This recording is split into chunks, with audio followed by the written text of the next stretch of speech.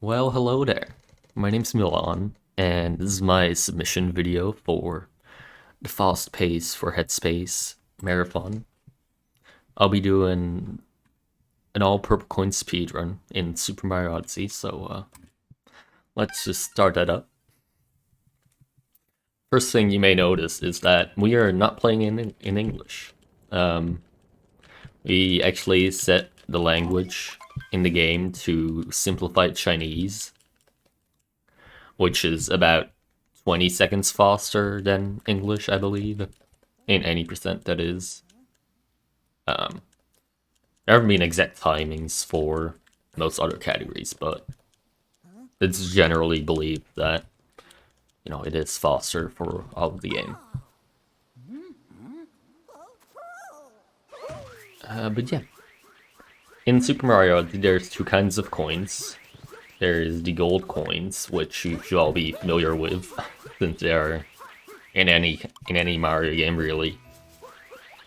And then there's also the regional or purple coins that are exclusive to this game. These purple coins can be found in each kingdom, and can only be spent in the same kingdom as they are found. Hence the regional coin name.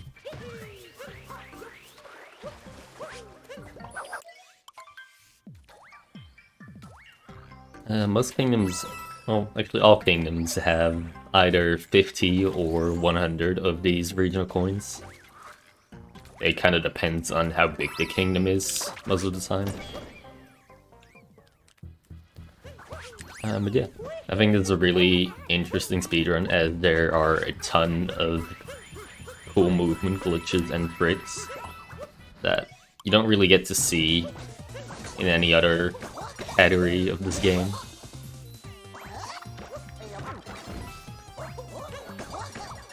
So yeah. Also, there's a topper, the first of 4 brutals. We'll get to see a lot of other brutals throughout this run, since they're kind of like the Koopalings of Super Mario Odyssey, I suppose.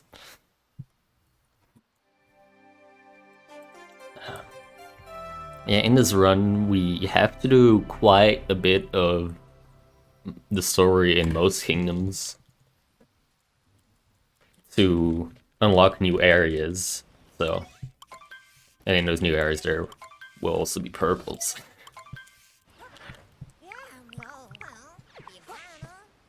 Yeah, now we have made it to Cascade Kingdom, where we find our first purple coins. And we instantly start off by collecting a bunch of them.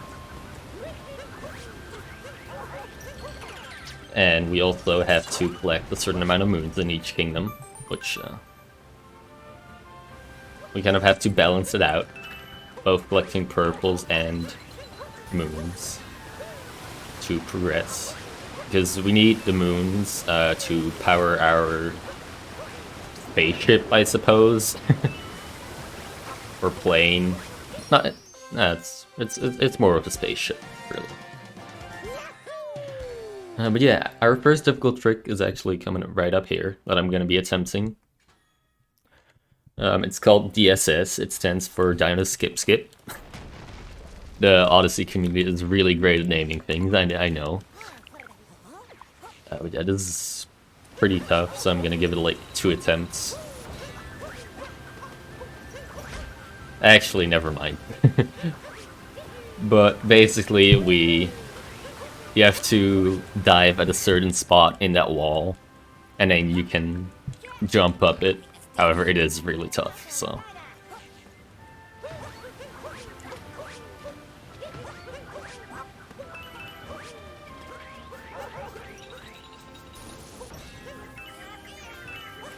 Big chance that I won't be able to get, but yeah.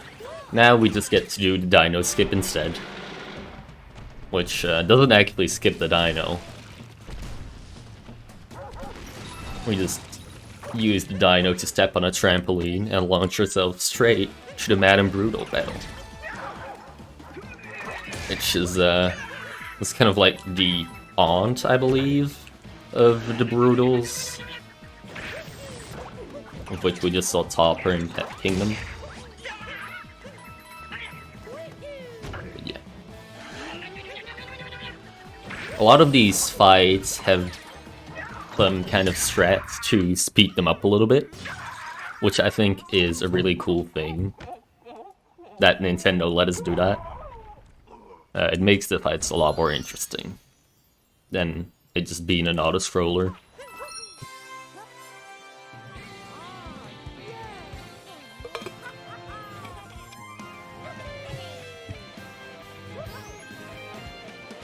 Also, since we are collecting purple coins, we only need 30 gold coins actually throughout this entire run. Gold coins are only really used for buying moons or outfits. And I guess also in the slots. Because yes, there is gambling in this game, except it's not actually gambling. But yeah, as you can see, that's our 5th and final moon that we need in this kingdom. However, there's still a ton of purples, so now we'll just be collecting the last 25 of them. And we get to do Dino Skip again. Because who doesn't love Dino Skip, right? I love seeing dinos get yeeted into the air because they stumbled across a trampoline. Yep.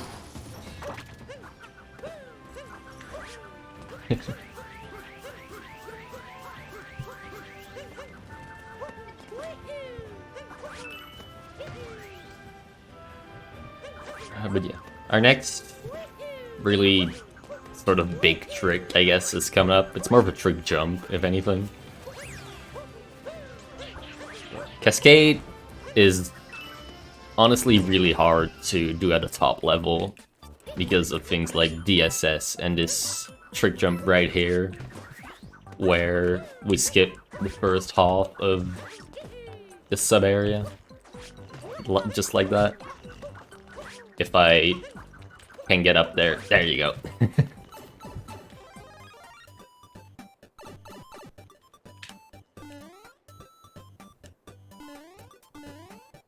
Yeah, as you can see, we are skipping like a bunch of moons because we don't need them.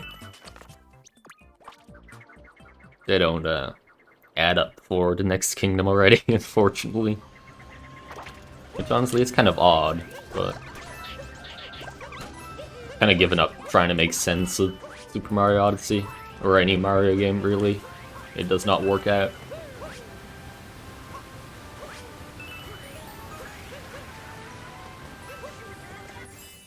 Yep, there we go. Now we are on to Cascade. Or, no, Sand Kingdom. We just get out of Cascade, where we collected all 50 of the purple coins. And Sand Kingdom is actually going to be the first kingdom with 100 purple coins, as it is a lot larger than Cascade Kingdom.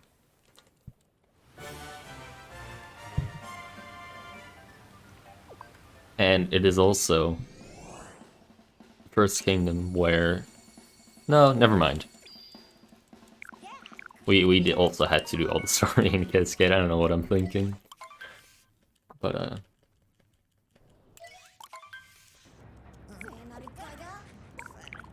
we will also get to meet our second Broodal here. Unless you want to count Madame Brood, but honestly I just kind of exclude her from the group, I suppose. Yeah, we've arrived in Sand Kingdom and everything is icy. Including some of the purple coins, those are also encased in ice, just like those at the fountain right there. So we actually have to beat all of the story elements in this kingdom to get rid of the ice and thus grab the purple coins.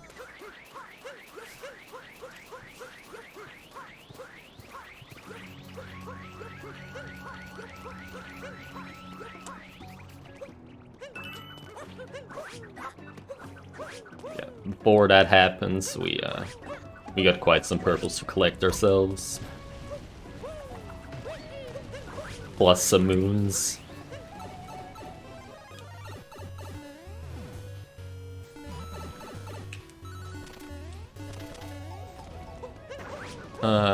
Also, since we are traversing, you know, like all of Sand Kingdom, suppose I could tell you about some of the story about Super Mario Odyssey.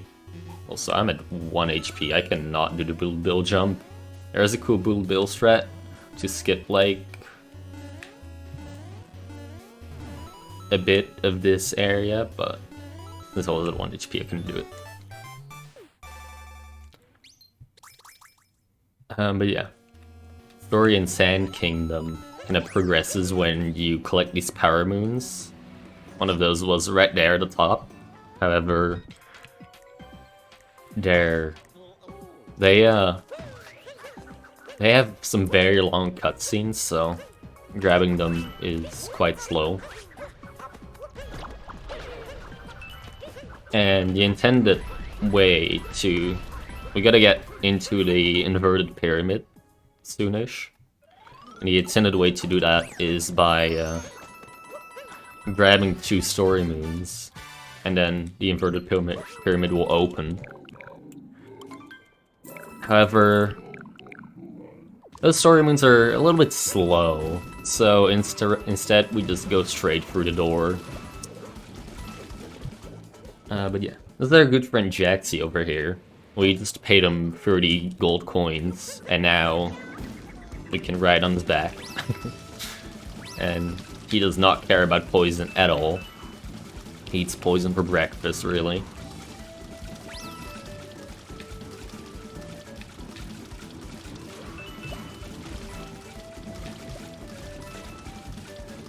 And he even comes with this amazing banger of a song. I really love to hear it.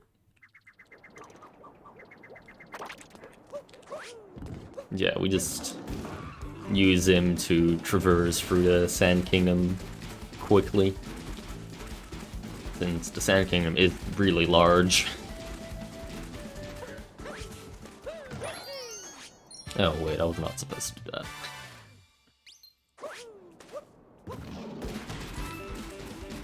Gotta hit the sheep for good luck, of course. Because if you've ever seen an all-moon speedrun, you know that sheep are the absolute worst.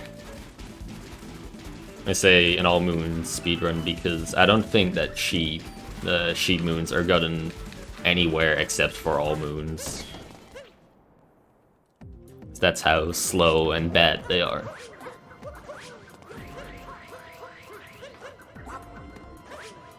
Yeah, in this sub-area, we can just go up on the roof, I suppose. To skip all of it.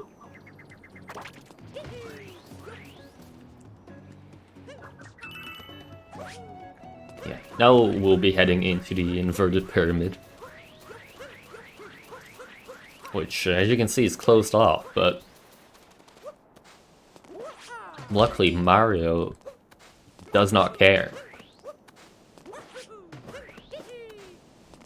If I can just clip right through it. Like, right now. That would be very... thank you. There you go. There's a couple of other clips like that where we get to skip some major parts of the story. For example, in Snow Kingdom, we'll talk about that more, especially.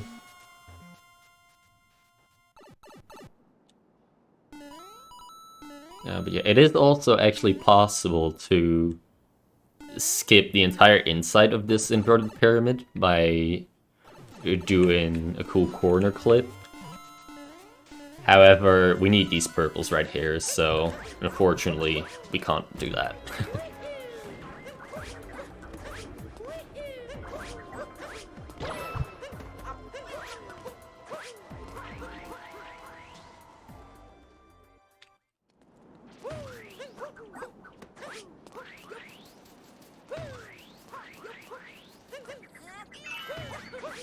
And this is where we meet Harriet. They're a second Brutal, who throws bombs. Because Super Mario Odyssey is a very family-friendly game.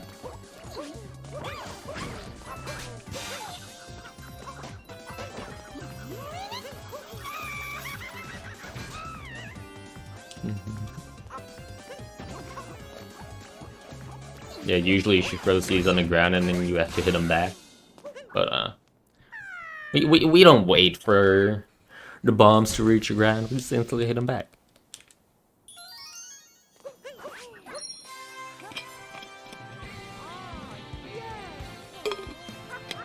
That is a multi-moon. We also saw one earlier in Cascade Kingdom after defeating Nana Group. It counts for 3 moons, and it always opens up new parts of the kingdom. Or adds some stuff. Like here, we turned sand into nighttime. And the pyramid is floating now, that too, I suppose. It may also be a little bit important, considering that, you know, that creates a giant hole in the ground. But first, before we go there, we gotta go all the way over here to collect some purple coins that Nintendo decided to put randomly over the edge right here. Because that's an absolutely fantastic idea. Thank you, Nintendo.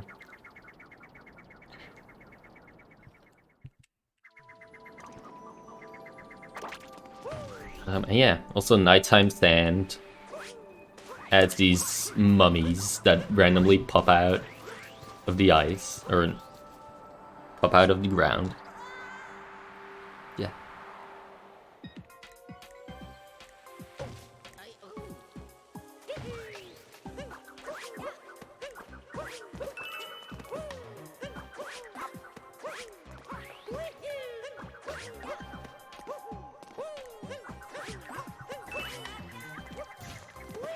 This is the underground where we get to meet our friend Knuckletech. The story behind Knuckletech is that Bowser stole his ring, his very treasured ring. Because I don't think I explained the entire story of Super Mario Odyssey yet, but basically Bowser kidnapped Peach to make her marry him. And Mario's trying to stop that, as usual.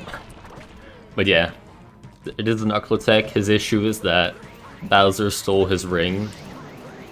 The ring, you know, would make Peach marry him.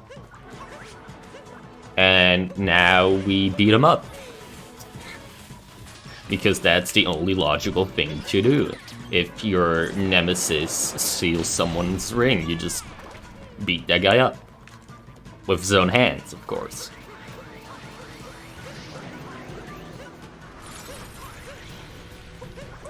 Also, yeah, this would be like a great time for any donations or something.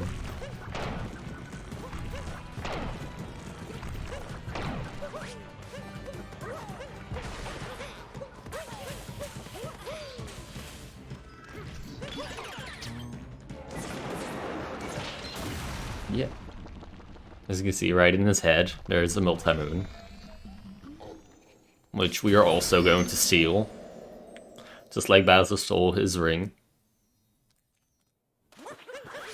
And the reason we have to turn the camera up there before grabbing the moon is because Super Mario Odyssey has this rule that is absolute bull crap. Basically, if it's not on screen, it doesn't exist.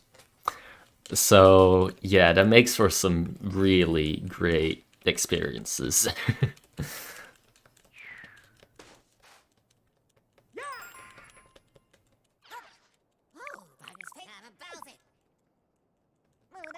So if a moon isn't on screen for long enough, it takes a little bit for it to properly load in.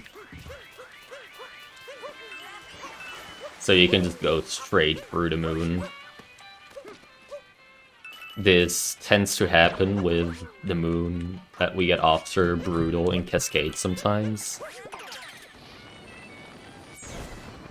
Yeah, it's really annoying.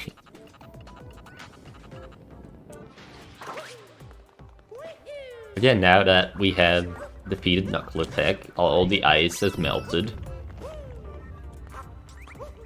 And we can collect all of our final purple coins. And collect our final moons too. Because we still need a couple of moons as well.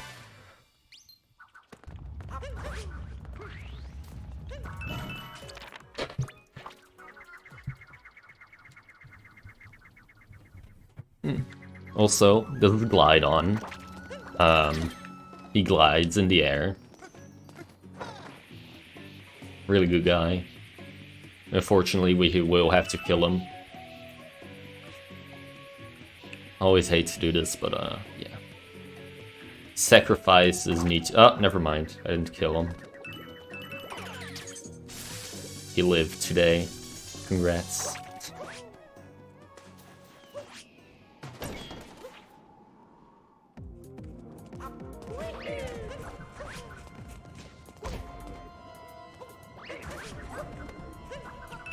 Also, if you're wondering why I'm floating in the air, there's actually invisible platforms everywhere.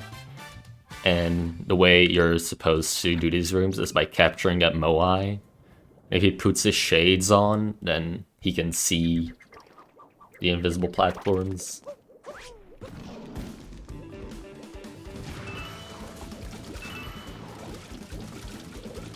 So yeah.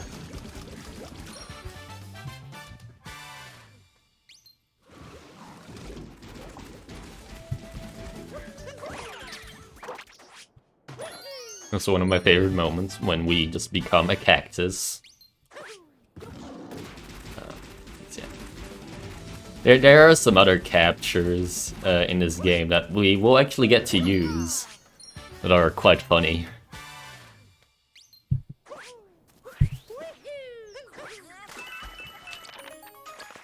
There we go. That's all 100 purple coins in the Sand King. We'll see, if you have played this game before and was trying to 100% it, but couldn't find all the purple coins, then, you know, this will be perfect. Because I'll be showing off all of them.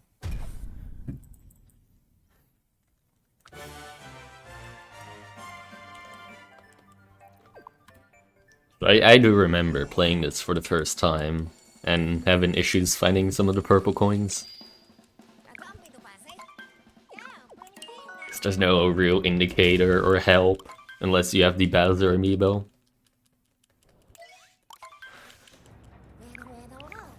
Also, yeah, as you can see on the world map right there, there was a bit of a fork in the road.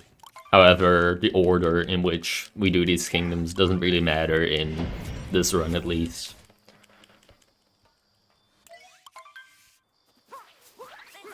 Some people like to do Wooded first in categories like any percent, since Wooded is a lot harder than Lake.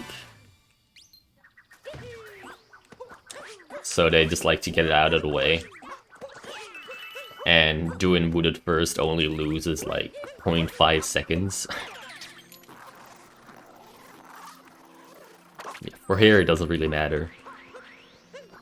In some longer categories where, like Dark or All Moons, the painting chain order changes depending on what you go to first, but now it's time for Lake Clip, my absolute favorite. Where we have to set up Cappy to go through this wall, and then hopefully also go through the wall ourselves. Something like that's called a fake clip. Oh, okay. Well, we get to try again. Yeah, Lake Clip can be a little tough sometimes. This is also a corner clip, like I was talking about earlier with IP skip. However, here we actually have a bit of a setup.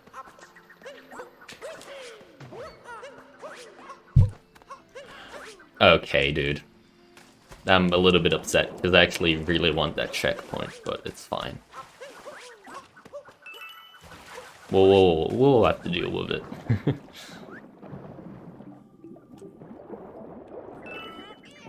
It's not the first time that I messed it up, so I know my backups.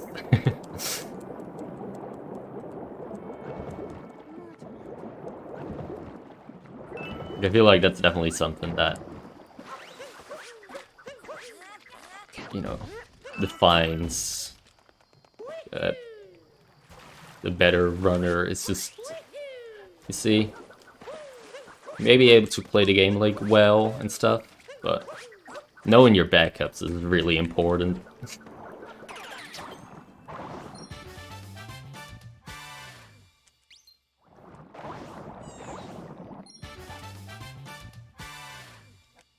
So yeah, play clip is quite tough, but we'll make it work.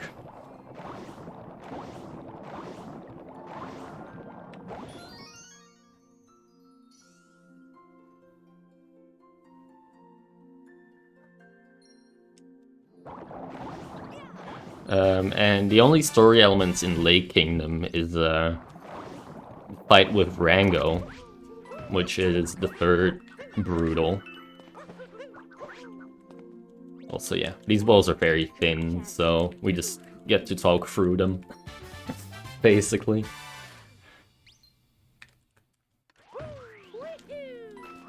But yeah, we actually don't fight Rango. Because, well, he's slow. Oh. There you go.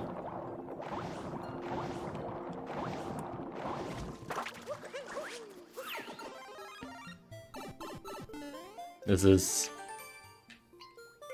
like, whereas in categories like any percent, for example, you usually don't do, like, Harriet in Sand. Which we do here. And then you would do Rango a lot of the time in Lake, but we don't. Because there's purples all over the place. So we get to get the moons that are all over the place as well.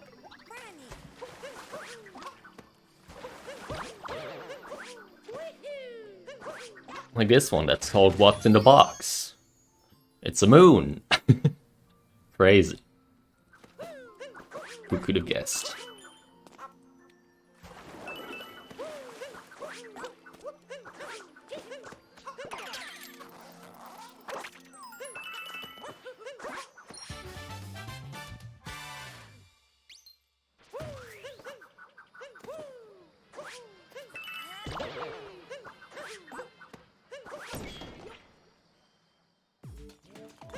And then our lost purple coins are right over here around the corner.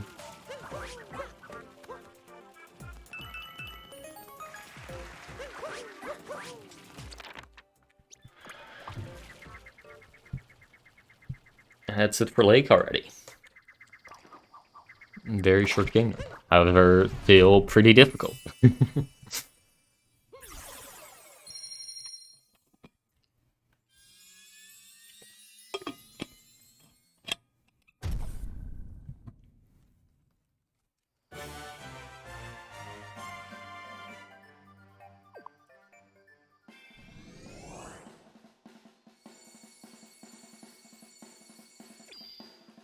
And now it's time for Wooded.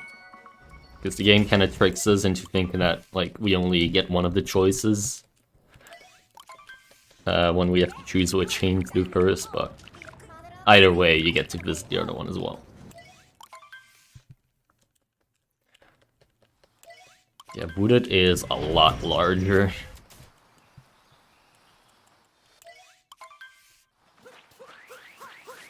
And we start off by getting this bunny. Because heck the bunny.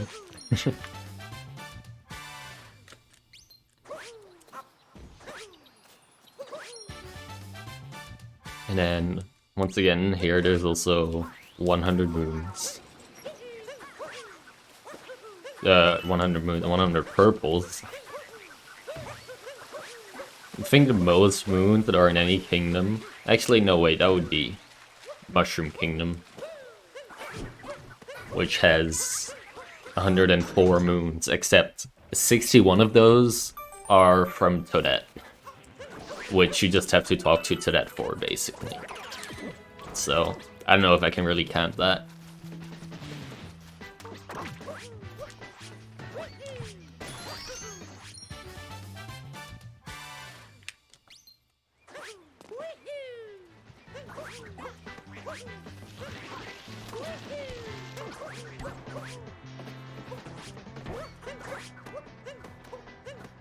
Also, yeah, you're supposed to go through this entire maze, but we don't really feel like it, so, yeah, we just skip it. That's kind of the case with a lot of things in this game, where we actually just get the option to skip it. Just like this flower road right here.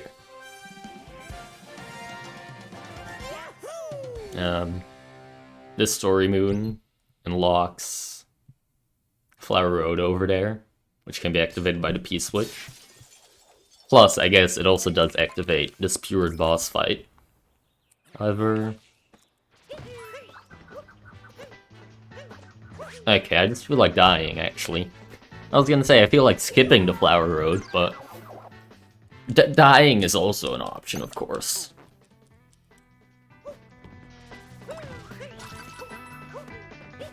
Wait, there you go. There's the Flower Road skip. Very cool if you get it.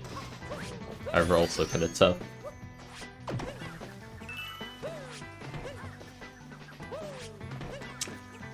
Getting this purple coin is also kind of tough if you don't get it, like, in the first... Alright, you know what?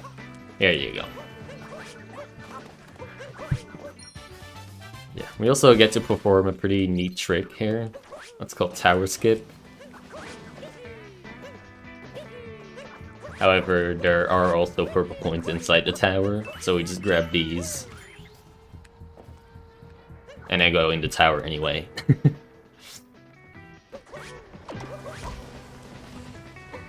Or well, I try to.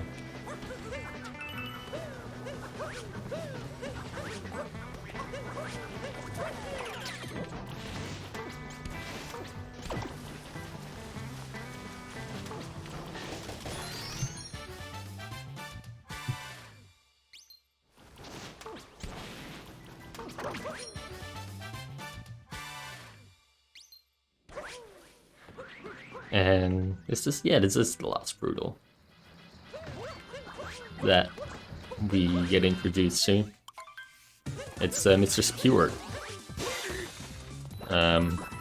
He's named that because he spews poison. Except, optimally, we wouldn't get to see him spew poison. Because just like all these other brutal boss fights, there are fast threats that so that we can skip some phases.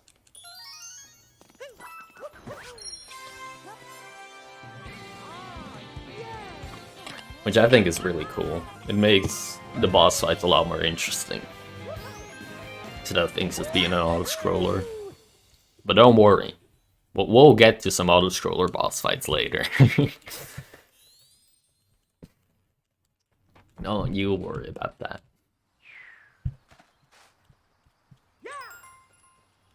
It's gonna be a while though.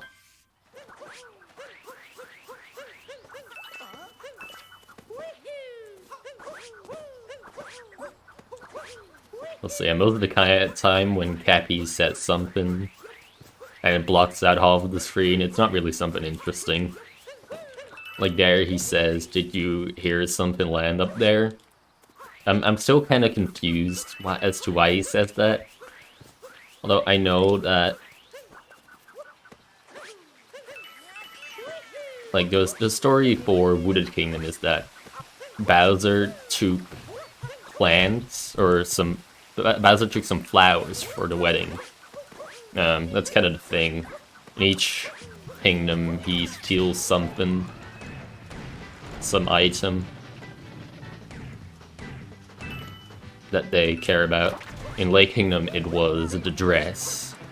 I didn't really get to show it off, but the dress was stolen. And here it's flowers, as you could probably imagine.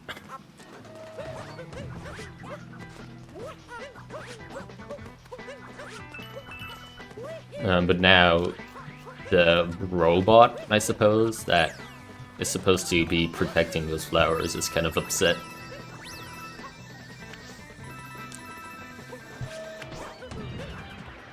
Also, that's a threat that we call Tankram. Basically, anytime you do some kind of capture warp strat like that, it's called Dram. Because, well, let me tell you the story of Dram. So basically, there was this speedrunning in the early days of Super Mario Odyssey called Dram and then some numbers. But he discovered or helped discover a strat in Sand Kingdom for any percent, where you grab a moon, or well, leave Cappy out, grab a moon, and then shake to home in on a build bill that you spawned earlier. And then he was like, guys, please do not name this off for me. So the Super Mario Odyssey community, being extremely funny, they called it Dram. And now we basically name every capture warp strategy Dram. And sometimes it doesn't even have to be a capture warp strategy. Also, some trick jumps are called Dram, like Snow Dram, which we will be doing later in this run too.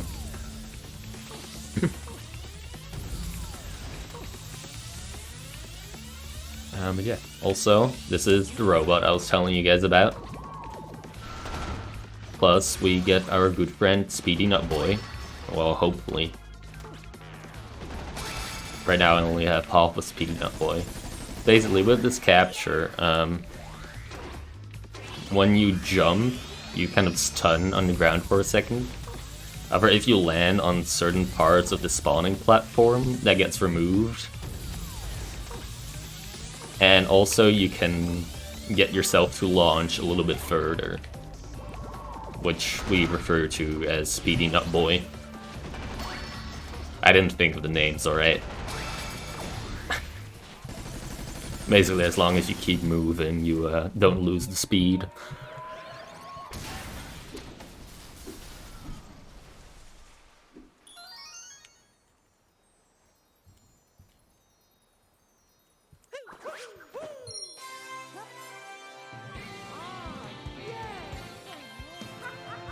Also, the only reason that we have to fight this guy, he's called Torque Drift, by the way, or as some people like to call him, a forklift.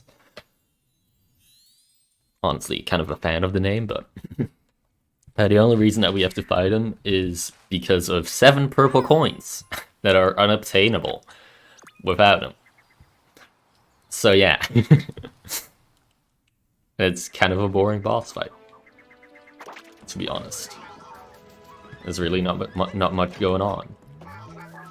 Yeah, basically it's for these 7 that I'll be grabbing right here.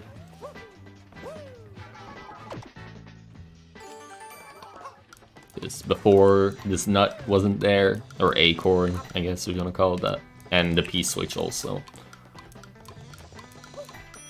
Yeah, it's those 4, and the beanstalk. That's the entire reason we have to fight Forklift.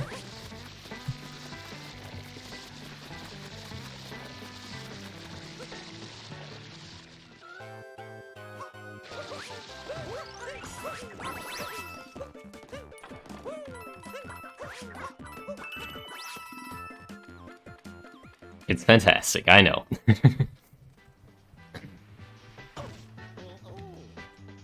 But yeah, now we only have half the purple coins in this kingdom. Even though we've been here for a while. Luckily now we pretty much have all the moons already. And completed all of the story. Now it's just a purple coin collecting extravaganza. Where some are in the sub-area like that, others are just lying around.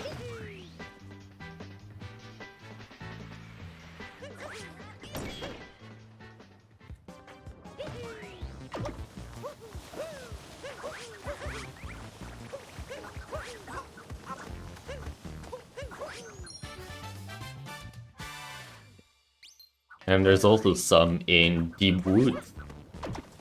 Yeah, there's a deep woods. Some of you probably don't even know about that if you've only played that casually. It's very possible that you just completely skip that area. Because, you know, I feel like the only way you're ever gonna enter it is by accident, if you fall down somewhere and it's a deep woods area.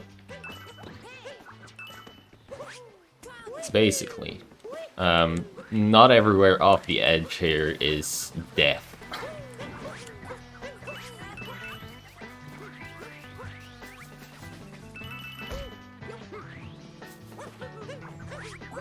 There's also some areas where there's a bit of a hidden section where there's also 3 sets of purple coins.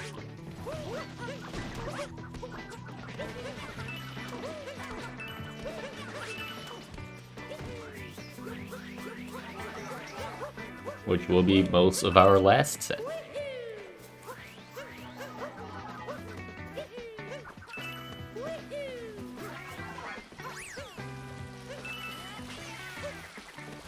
However, first, we gotta get through flooded pipeways.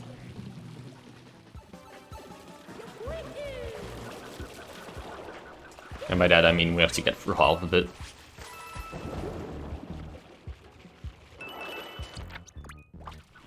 There you go.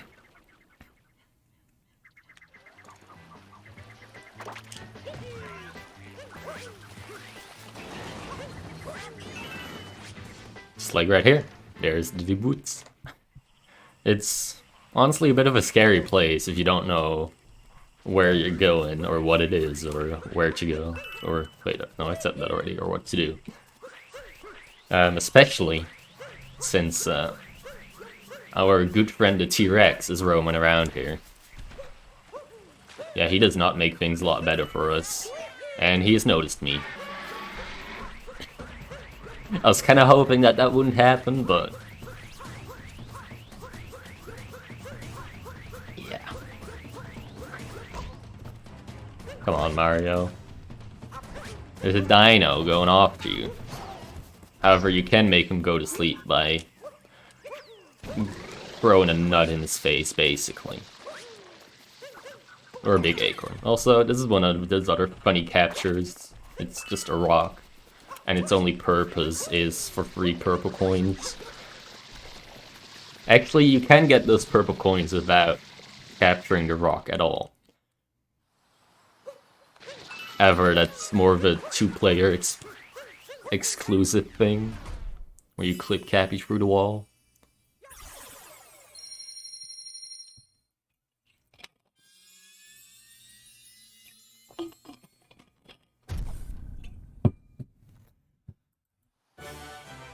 But yeah.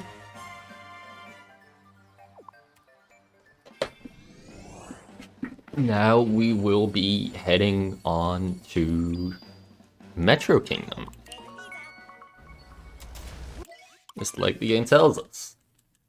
Nothing weird going on there.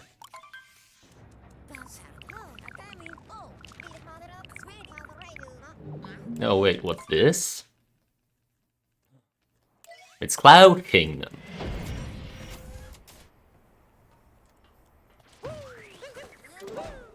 I've got the Cloud Boost. Yeah, this is our first Bowser fight. Which, luckily, we can also speed up quite a bit.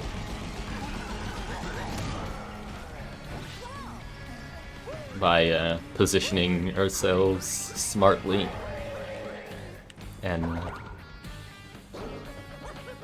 punching Bowser in the right direction.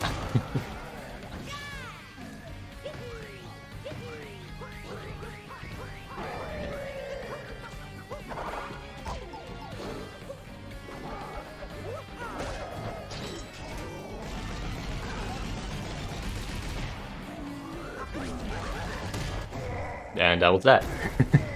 Very short fight with Bowser, I know. So there's Peach with all of the stolen things on Bowser's shit. Neat little Easter egg, I suppose. And yeah, basically, then Bowser shoots his cannonballs at us, and the ship gets destroyed, and we land in the Lost Kingdom, instead of all the poison that's around the Lost Kingdom. No, we landed in Lost Kingdom, because Mario is lucky like that.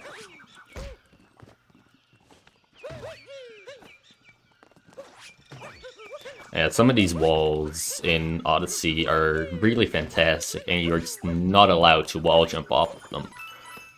It's really fun. Although I do have to say, Lost Kingdom is probably one of my favorite kingdoms in this run. It's very cool. Lots of great movement. Also has a nice balance between grabbing moons and purple coins.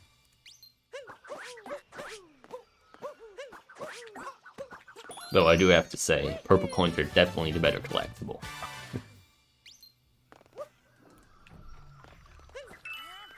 Oh, heck, I hacked up my strategy. There you go. That's how you're supposed to do that.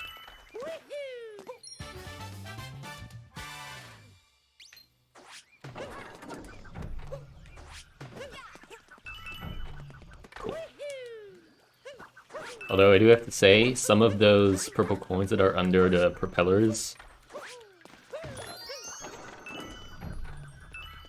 Okay, I mean... I've never grabbed those with a normal cat throw before. But I mean, it works. Usually I have to do down throws to get those, but... You know, hey, I'm not complaining.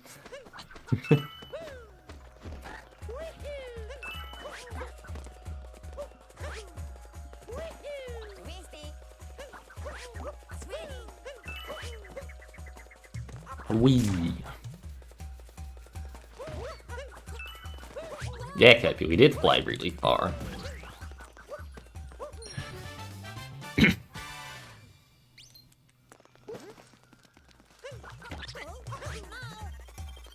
These are torpedoes. They steal Cappy and then launch themselves at you.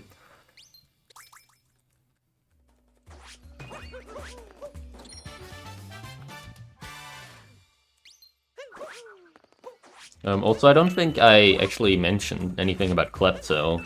Basically, there's a bird in this kingdom. We saw him earlier. Klepto likes to sue Cappy. You may remember him from Super Mario 64 if you played that.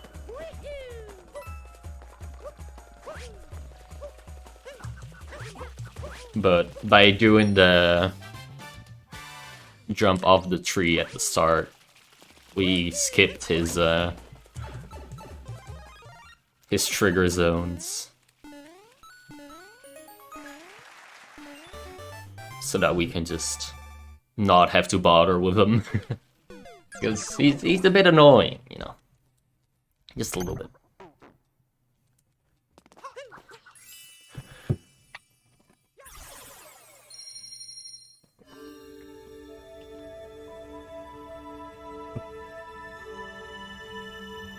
Yeah, that was Lost Kingdom already. And now we can finally actually move on to Metro Kingdom.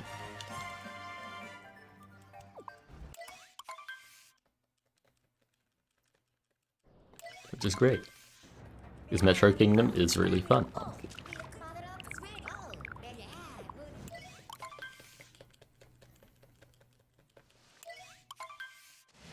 Unfortunately, Night Metro is not as fun. Which is what we started with.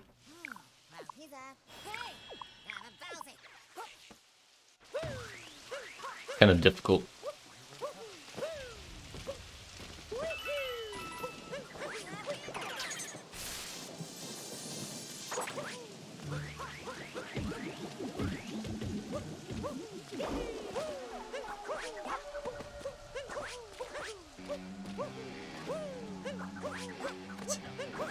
Kind of have to concentrate here a little bit on movement.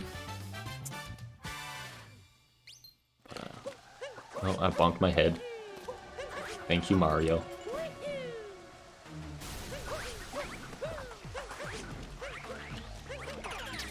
Yeah, we collect some of the purple coins here already, so that we don't have to do it in Day Metro.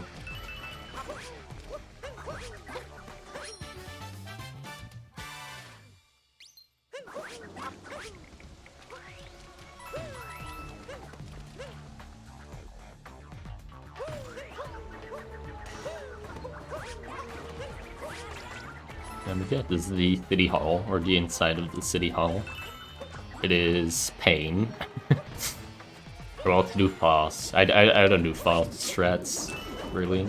Although I guess the triple jump at the start is somewhat fast, but...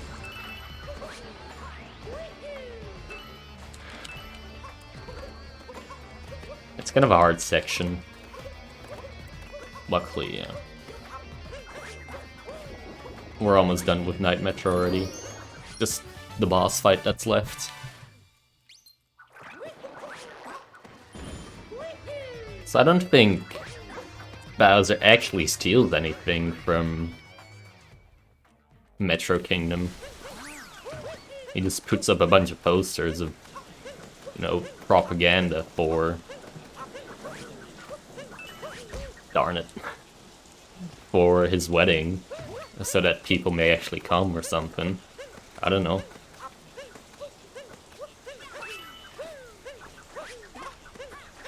There you go. And there's also this Mecha Wiggler that's just on top of the building. On top of the city hall. Eating electricity. Also, fun fact, these tanks are actually the reason that Super Mario Odyssey is rated like 7+, I believe.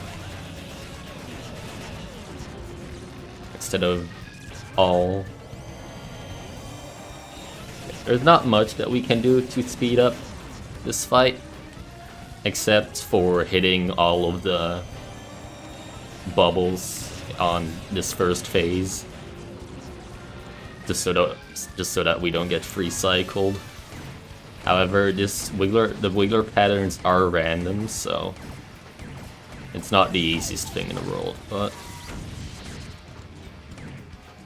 I actually got a pretty okay pattern there. So. Very cool.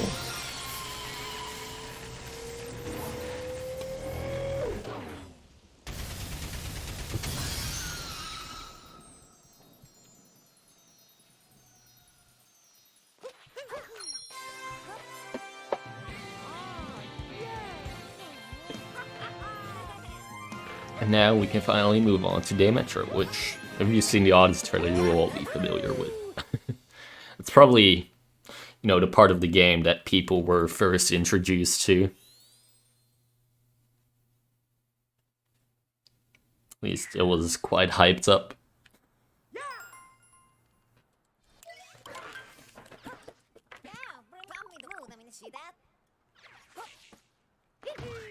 Yeah, Metro Kingdom also has 100 purple coins. Yeah, this is another little Dram strategy to capture this wire earlier. There is some more of these in Metro, actually. There's a lot of wires.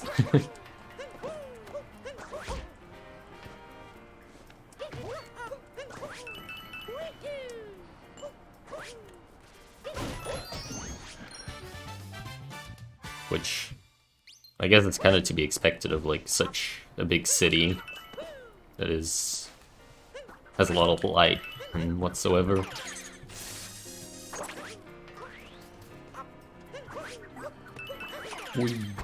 Also, it has these really funny poles, which give you a lot of speed.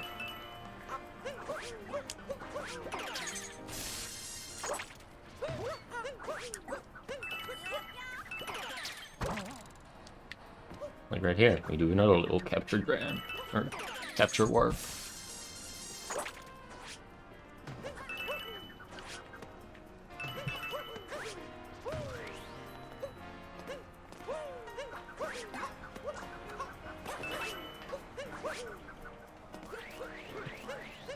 Now, networking is pretty cool, because we get to talk to Pauline, who wants to organize a festival. And thus, we have to, I gotta talk to some musicians if they want to join us. Also, I got the Ghost Band glitch, which is where if you talk to that drummer after hitting Pauline, which hit it by kind of rolling into her, the band members just don't spawn, or anyone in City Hall. I was about to talk to him before grabbing these purples. I am so glad that I pressed B.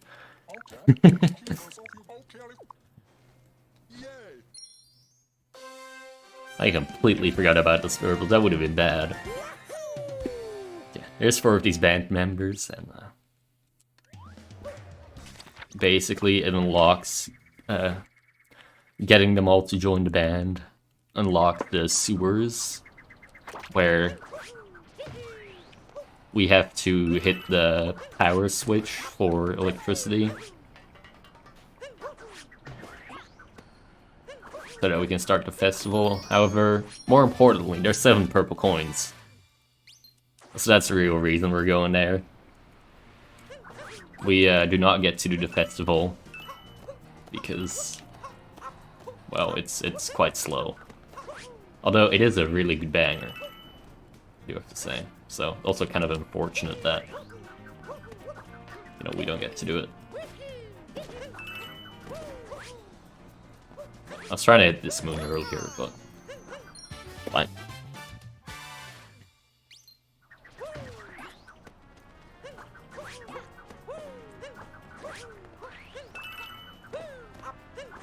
Hi, sir. Would you like to join our band for the festival, you know, that we're not gonna do? Thanks. Yeah,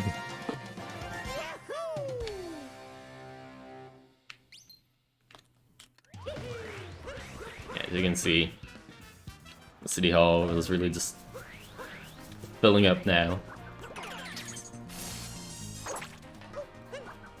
Oh. There you go.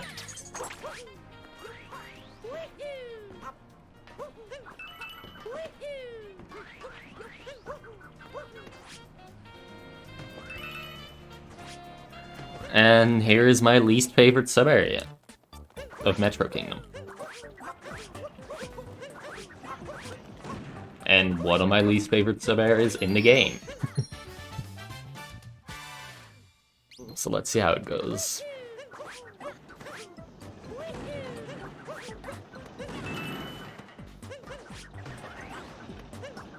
Perfectly. Yeah, that's what we call a value dive, where... Actually, no, I don't even think that was a value dive, that was a value throw. Cappy just went in a different direction than I was holding, because there were some coins or something. Maybe a bullet bill that he was going towards. But yeah, it's really annoying, and stuff like that happens in that room all the time, which is like one of my least favorite rooms. Luckily there's a backup for missing that last moon.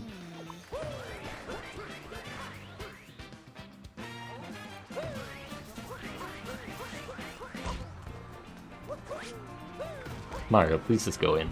Thanks. We're gonna get a moon in the sewer at the end. But first, there's a dino in New Donk City. Crazy. This dino actually has a ton of appearances in this game, other than Cascade. I love it.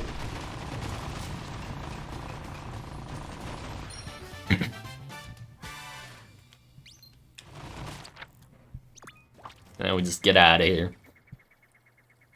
We don't want to hang around with the dino more than we have to.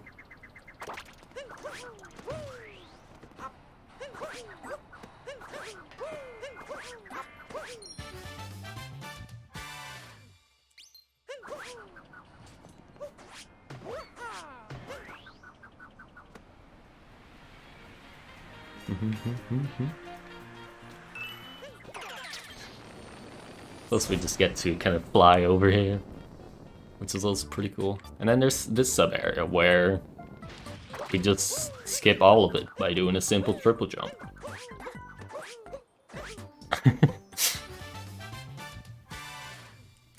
You know, why not? Like, we get the option to. Why wouldn't we do it? It's that easy. Yeah. Now there's just the sewers right here.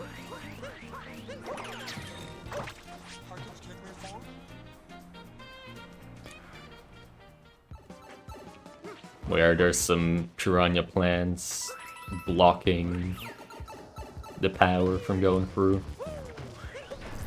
Also, that's what we call a double buffer, where if you try to buffer a spin pound, sometimes for absolutely no reason, after doing your spin pound, you'll get another spin buffer. Sometimes it's helpful, other times not. Here it wasn't really. But yeah, that's a thing that happens. There's a lot of dumb things in this video game that we have to deal with when running. Like Cappy not cooperating, for example. I mean, regardless, it is still very fun, if you ask me. And I would highly recommend trying it out. Even just any percent. It's quite enjoyable. But yeah, here we get another fork in the road. Once again, does not matter which one we pick first.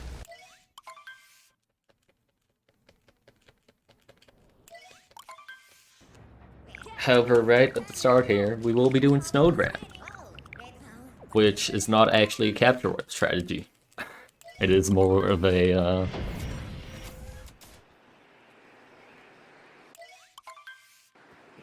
trick jump, for which I will be concentrating to set up properly.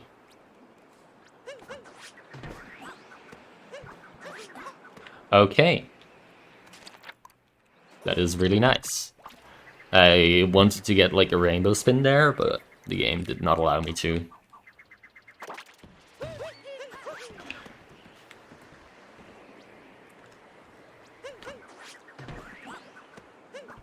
This game also gets a lot of dropped inputs. It's really annoying. And it's also really annoying that I cannot get this trick jump for no real reason.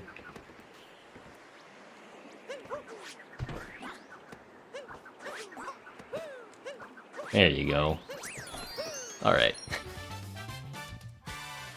Yeah, that's one of the paintings that I was talking about. For the painting order. Some of them only spawn in post-game.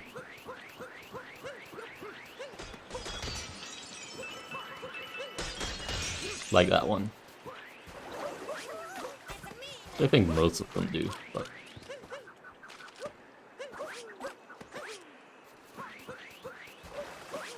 You're supposed to get that move by going through the painting, but... we just do a little trick jump instead. Also, hi Captain Toad. Looks like the first time we meet you. Yeah! Thank you, Captain Toad. You're a great friend.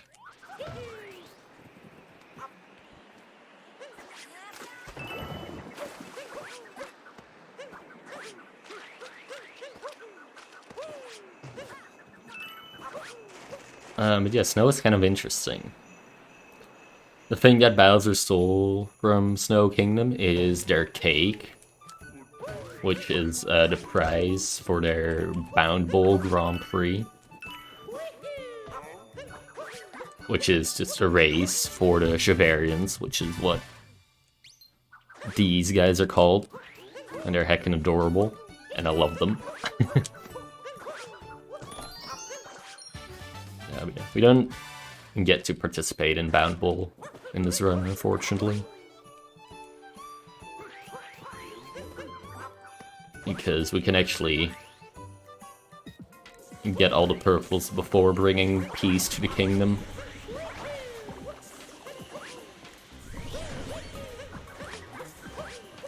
We do, however, have to go into the arena or the waiting room, whatever you want to call it. Which is why we'll be doing another clip that saves a couple minutes. Because to enter the waiting room, the intended way is to go into all these 4 rooms, which we will do because there's purple coins. However, we will not get all the story moons that are in here.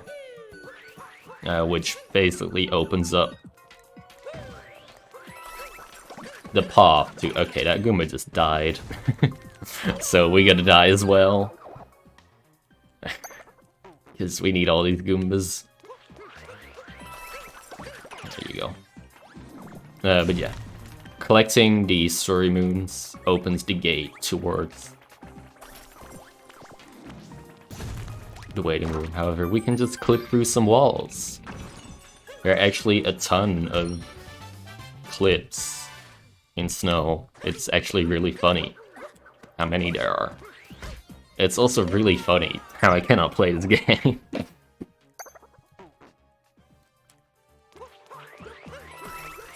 Just like this moon, it's also possible to do without the Goombas. By doing another corner clip. It's really tough, but it is possible.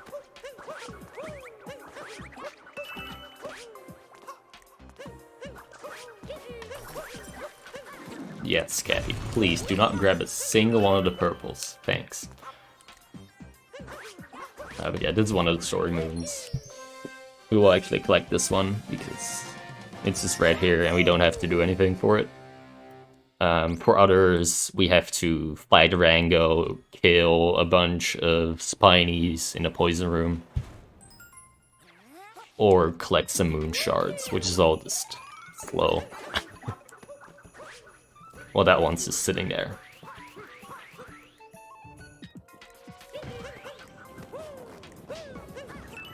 Alright, you know what? Beam me up, Scotty.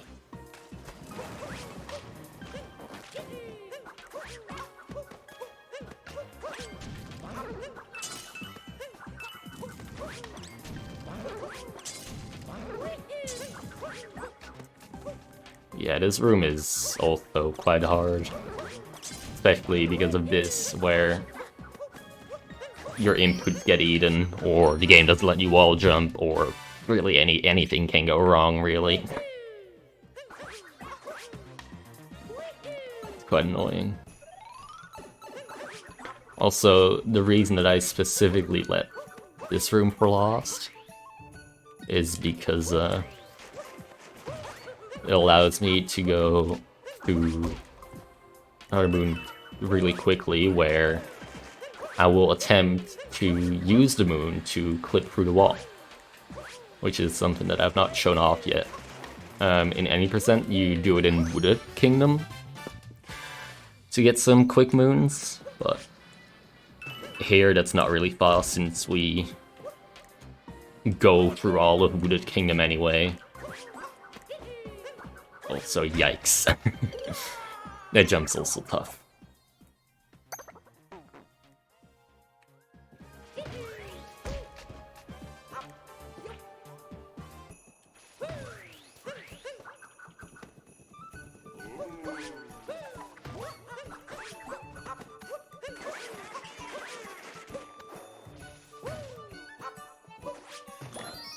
And there you go. Hopefully that should work. It didn't work. The shadow really made it look like it would work. But instead we get to clip through this wall, which will hopefully go faster than IP clip. Right? Right? Usually I'm really consistent at both those. There you go. But today's just not the day, I suppose.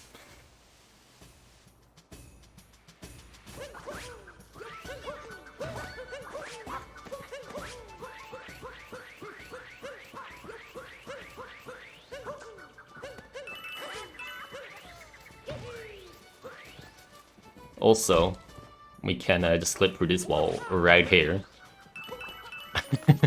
to grab the little purple coin. It's quite funny, really. I only say it's like 0.5 if you get it first try, but I think it's so really cool to just show off that Snow Kingdom is completely busted.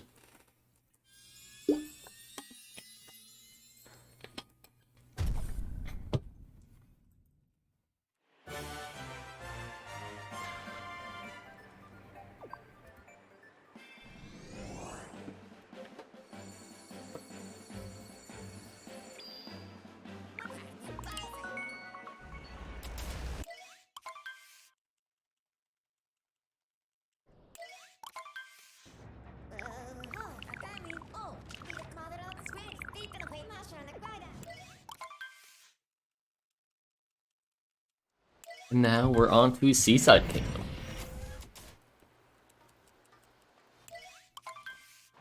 Which is a lot larger than Snow Kingdom.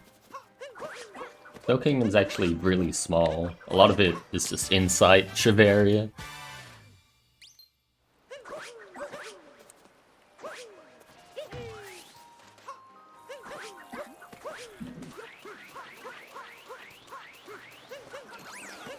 And then a lot of Seaside is just water.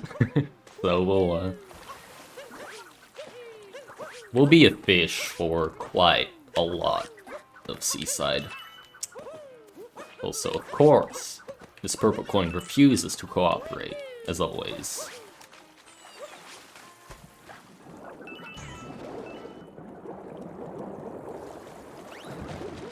And the real question is it Pappy's fault or the purple coin's fault?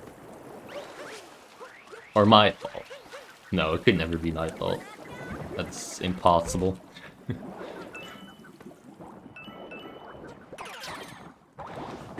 But yeah. For Seaside Kingdom, Bowser stole their sparkly water. That's it. That's the story. Bowser stole their sparkly water.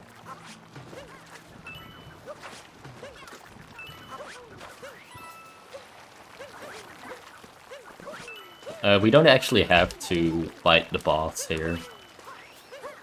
Because, well, it doesn't really change anything about Seaside, so it doesn't unlock any new areas. Oops. But the way you activate the boss is by getting 4 story moons, just like in Snow Kingdom, and then hitting 4 buttons that are connected to the story moons, which shoot something at Brigadier Mollusk Lancer the Third, Death One of Bablaine, which, yes, that is his real canonical name.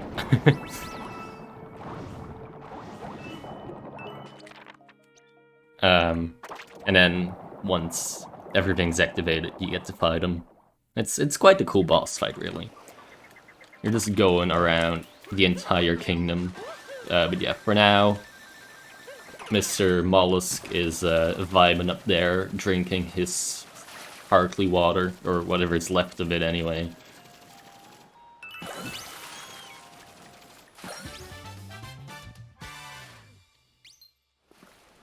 While we get to do some cool gushing strats. And get to meet Captain Toad again. Our good friend.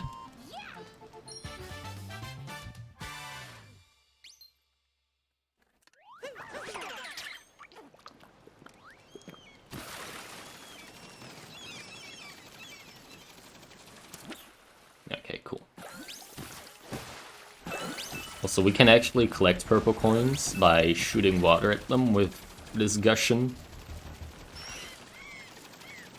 Which is really useful, actually.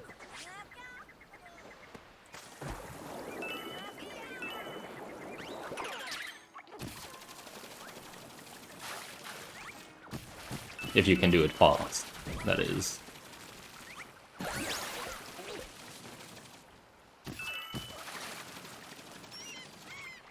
Not the greatest at it, but...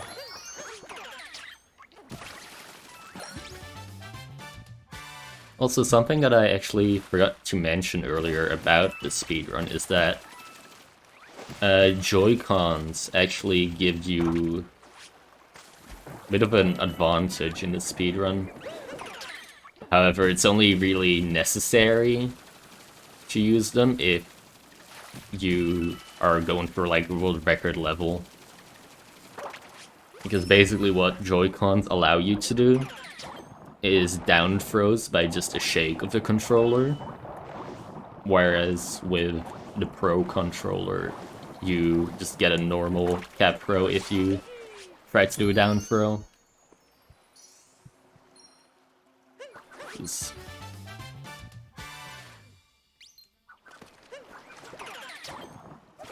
But yeah, Seaside has a ton of strategies where Joy-Cons are useful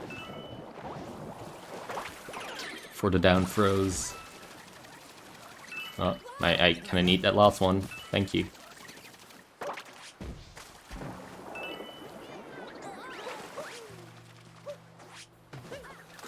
What?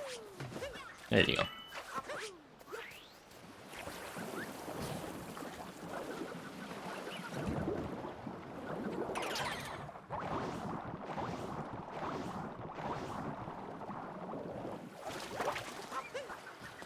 Yeah, there's Fish Ram. Because everything is called Ram, of course.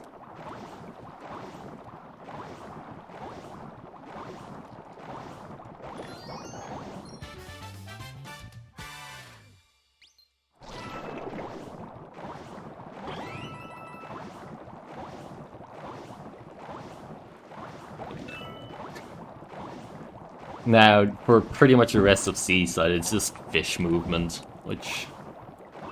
yeah, it's really not the most interesting thing, so... if there are any donations or something, then feel free to go ahead.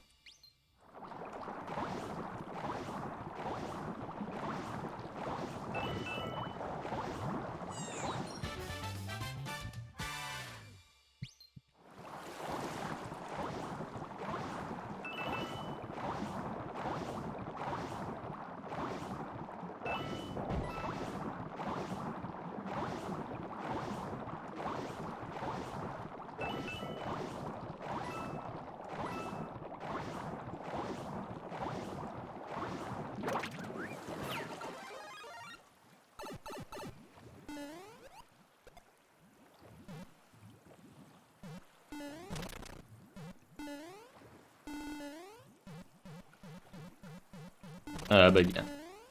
This is honestly one of the worst 2D areas, purely because, like, the sea blocks your view, like, half of the time.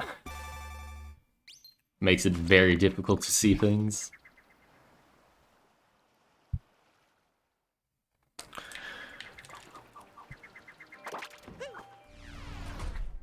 Luckily, we're out of Seaside now. And our next stop will be the Luncheon Kingdom, which is honestly one of the hardest splits in this run, I would say.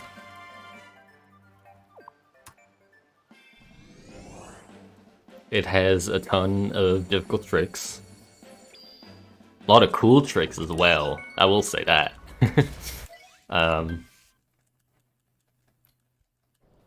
Yeah. It's really interesting. Lots of good threats. Some of which I will not do because I'm terrible at them. Overall, really cool kingdom. Starting off with one of the worst sets of purple coins in the video game. Purely because Cappy sometimes just refuses to get the third purple coin, and then it makes it impossible to grab with a down throw. Also, this is what we call salt triple. It's, once again, a bit of trick jump. Which, apparently today I'm terrible at.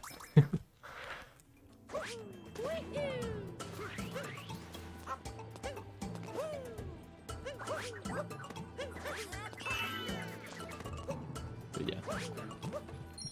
yeah. We actually have to do some parts of the story in Luncheon Kingdom, but not all of them.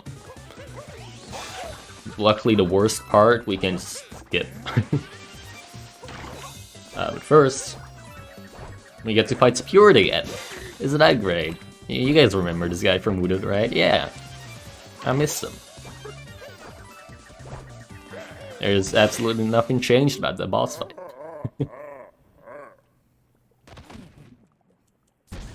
You could also fight Rango again in Snow, except... just like Rango in Lake, we also skipped Rango in Snow. We really hate Rango here in the All Purple Coins community. Honestly, Rango's not that bad of a boss fight. His hitboxes are just a bit janky. That's all.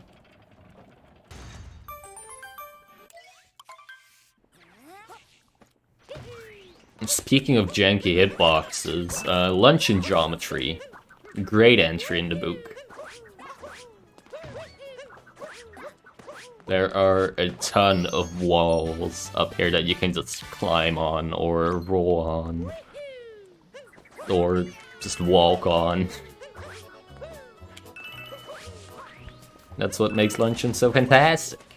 Not really, but just say it anyway. You know, gotta make the game sound good.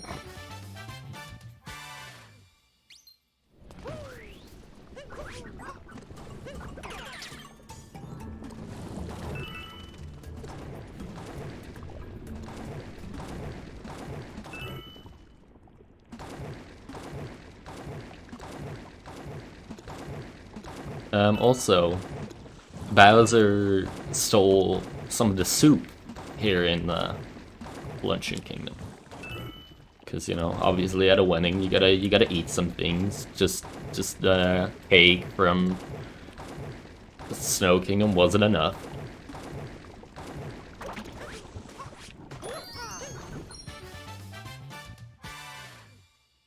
Nice.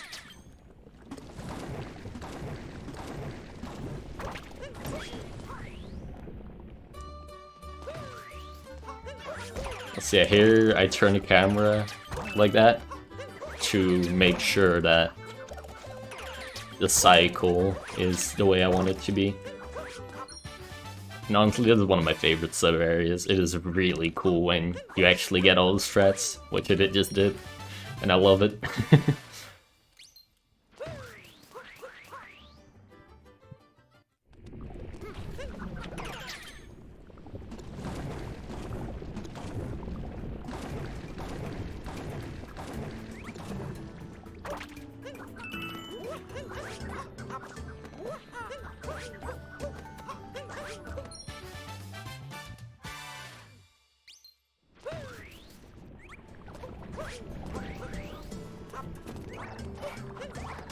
Also, now time for the second part of the story, which is just called Cheese.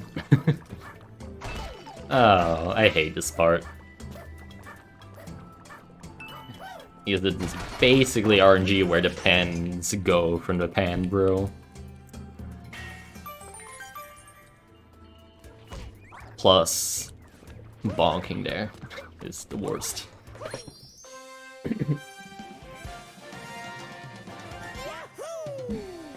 Fun fact, optimally in any percent, we just skip all of the story now for some really hard trick jumps.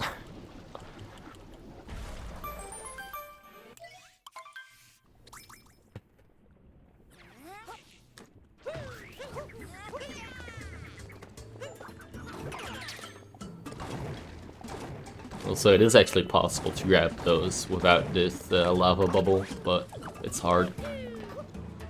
It's a very tight down throw with some movement afterwards.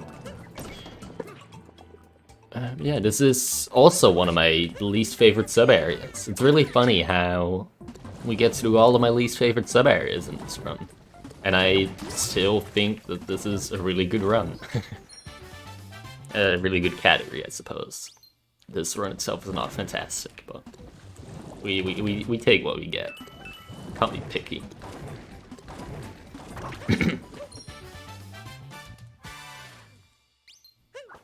However, that was actually an okay example of how to do that sub-area. Cool.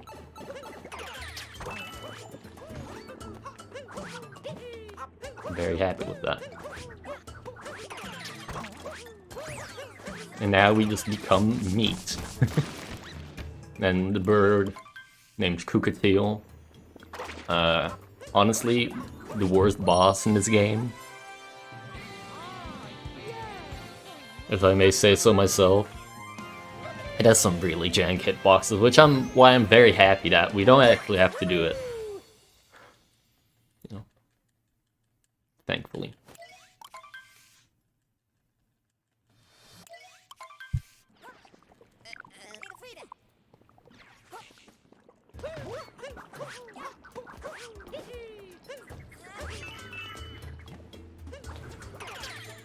Yeah, now we just go around collecting the last purple coins and some moons.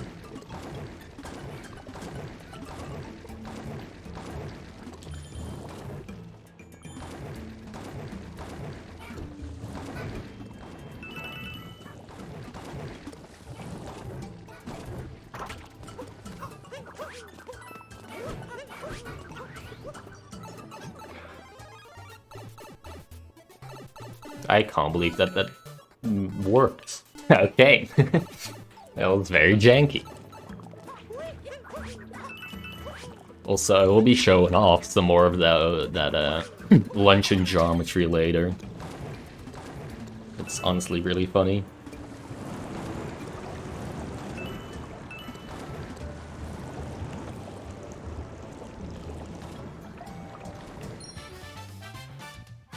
Here we are supposed to make the lava bubble go light a torch to unlock the further part of the story. However, I don't really feel like doing that, so instead let's just do this another tough trick jump and some lava boosts to make it over there, shall we? I think that's a lot better.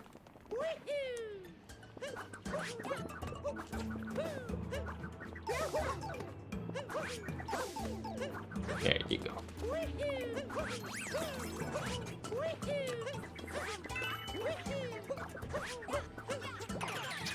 But yeah, like right here, we can just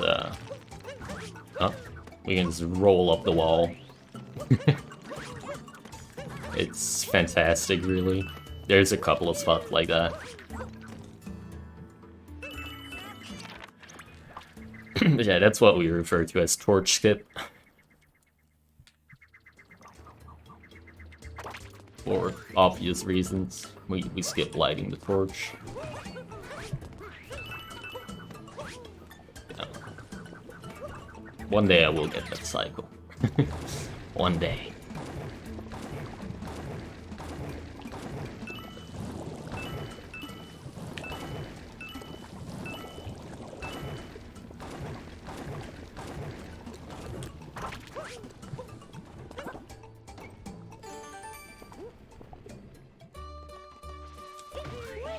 So I forgot to turn the camera down. Hopefully this still worked.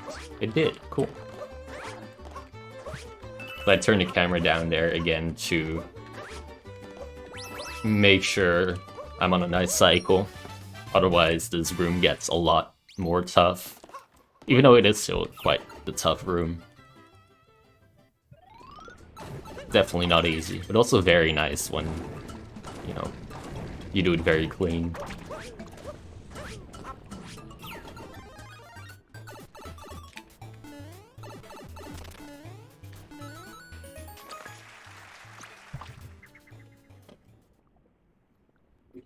Yeah, that was lunch. Honestly, I think that was a great show off of a decent lunch.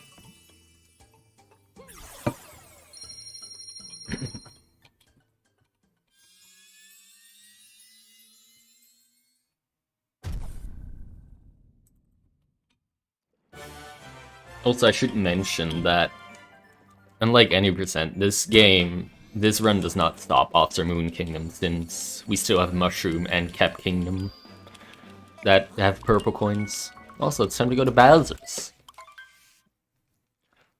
That means Bowser's Kingdom. That means that we gotta fight Bowser there, right? Looking forward to it. What's that? Oh hey, it's Ruined Kingdom. We got shot down by some electric dragon. Cool. Remember earlier when I said that this game didn't have too many auto-scroller fights? Well, this is like the one auto-scroller fight. Also, yay, I got early Toad to give us some good luck. But yeah, this guy, he just does his thing, does not care for us at all. The only thing that we can really do to speed this fight up a little bit is do some damage boost to get up on her early. That's basically it. There's really no way to speed this up, so... You know, once again, if there are any donations or anything, now would be a great time.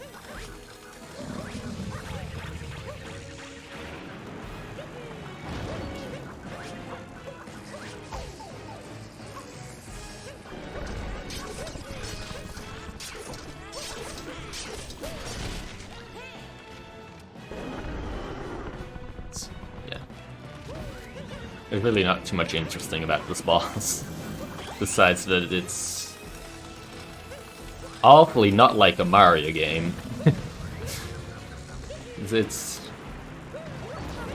It doesn't really feel very Mario-y, you know? Like Forklift and Brigadier Mollis Lancer III up on a Blaine and whatnot.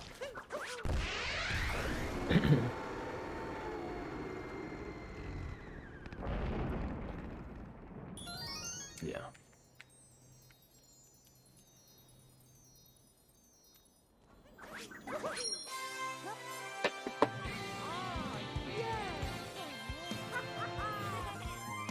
Yeah, now that we got shut down again and beat up the dragon, we can restore our Odyssey.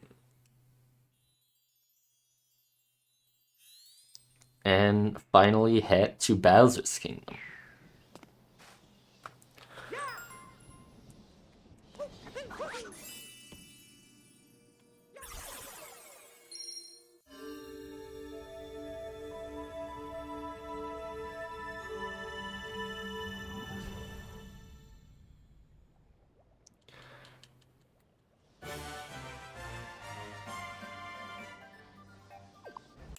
Bowser's Kingdom is also quite the exciting place, if I may say so myself.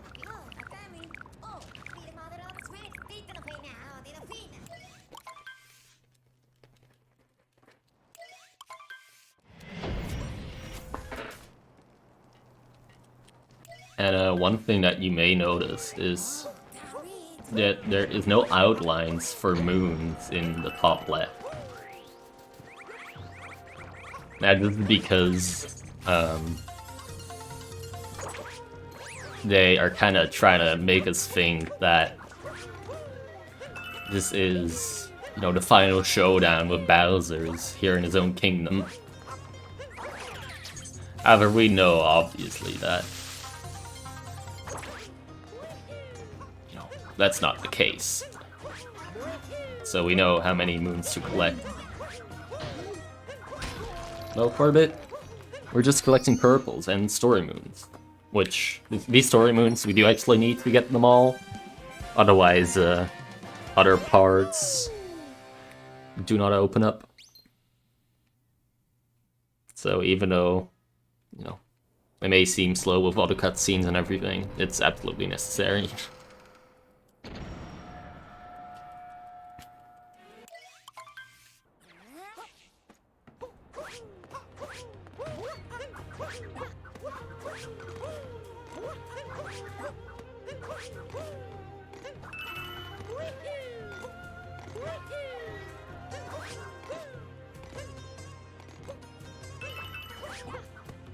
Oh my god, I hate that purple coin.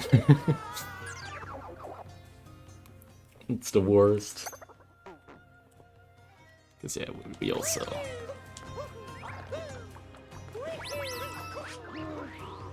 I was really hoping for a good Bowser's Kingdom, but it's too hard. Bowser's.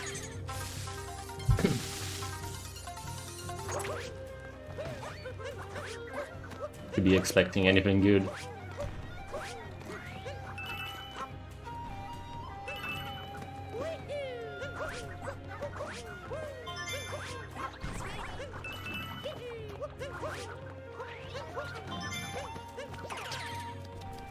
Now this is our friend Pokyo.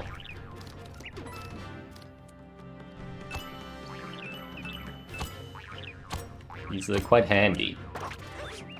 Although can sometimes also be a pain in the butt, because just like Happy, he has his preferences as to what he pokes. Because sometimes you wanna poke a surface to fling yourself across to somewhere.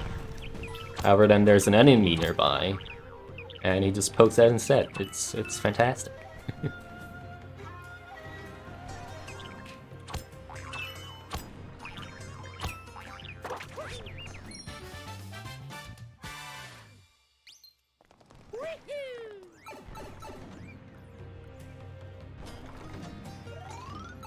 Yeah, there's actually 6 story moons that we end up getting in Bowser's. So we only need 2 extra moons beside that. And that's one of them. The other one is right before Mecha Brutal.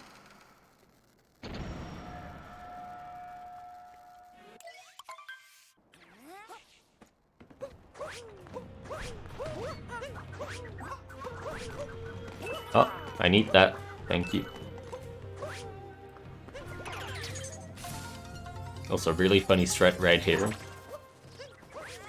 Oop. I don't know, it's kind of funny. Sometimes you also just collect those purples with a spin throw without Cappy actually going inside that hole. They got some janky hitboxes over there. But hey, look, it's Harriet again. Except now she actually has 2 bombs.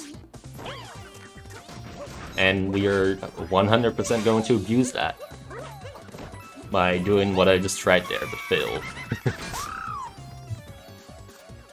Basically, the strat is called, or well, we call it Star Bomba. Okay, never mind. Apparently, I'm bad at it. However, you can, if you hit both of those bombs towards Harriet, one of them will stay floating, and you can just basically skip the next phase.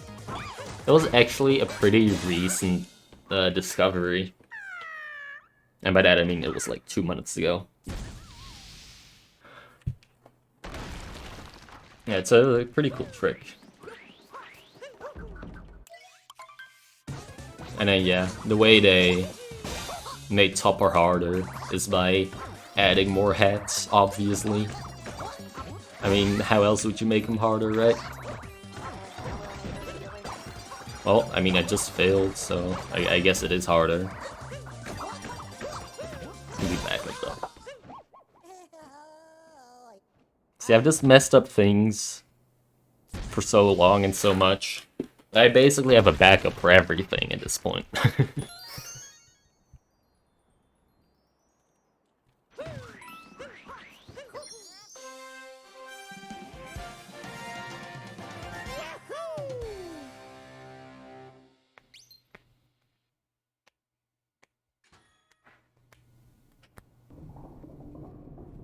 So yeah, I guess that is kind of cool.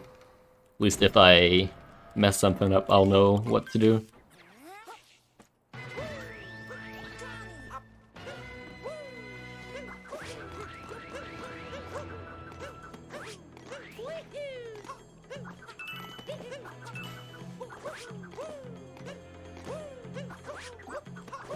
So honestly, I really love the art style for Bowser's Kingdom.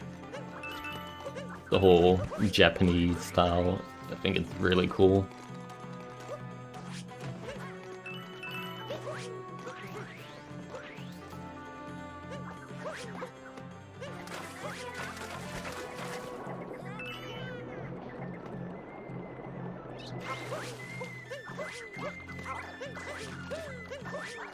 So yeah, the way to do down throws like I just did there is to ground pound and then throw Cappy without holding ZR, otherwise you'll end up rolling and roll boosting off.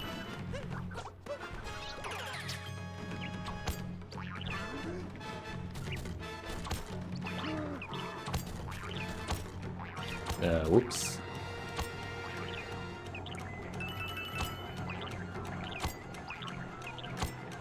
Now we get to do more Pokio action.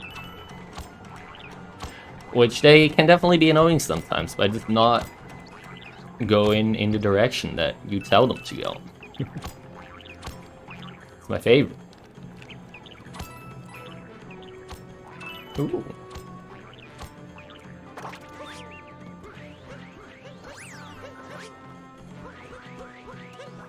Now, not all purple coins are actually available yet.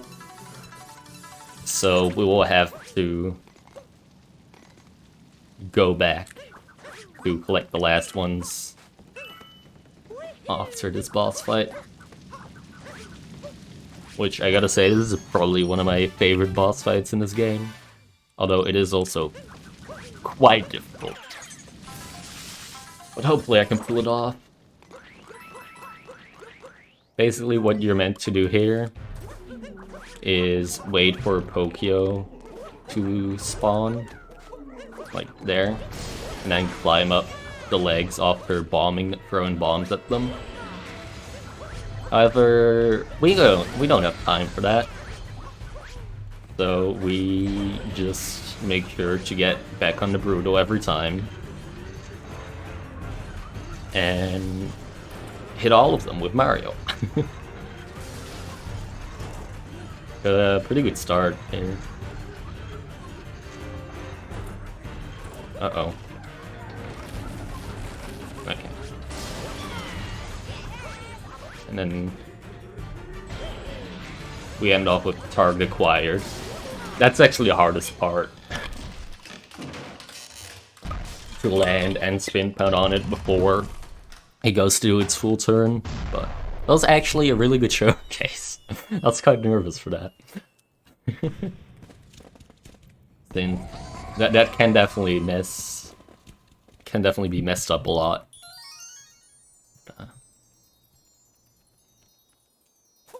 Luckily it didn't happen.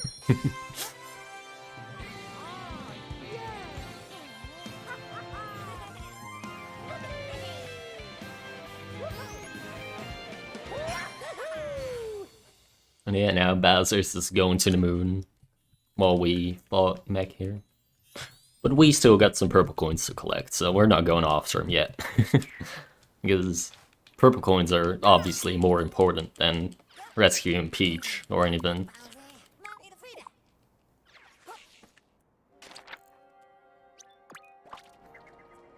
Alright. Now it's time for another terrible set of purple coins. At least the way that we do them here in all purple coins. In all moons, that set is not as bad, because you just grab them with like Lakitu, or Lakitu, whatever you want to call them.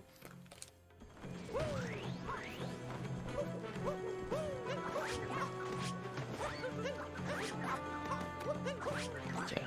Here you just gotta like Death Warp or be a god, basically.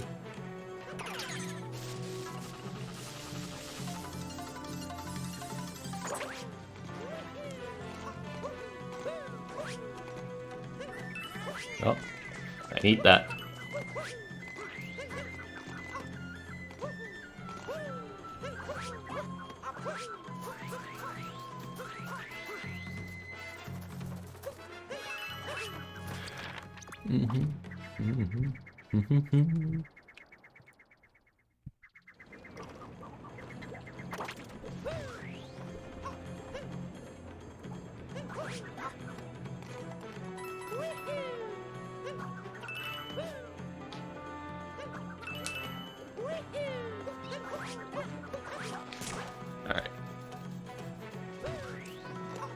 Yeah, these are just the last sets in Bowser. We're just gonna do some cleaning up.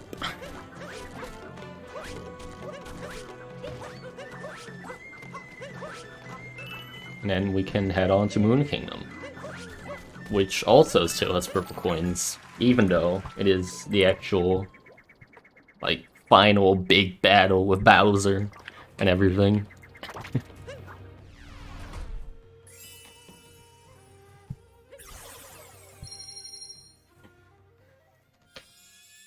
You don't actually need to get any moons there, though, although they are still there.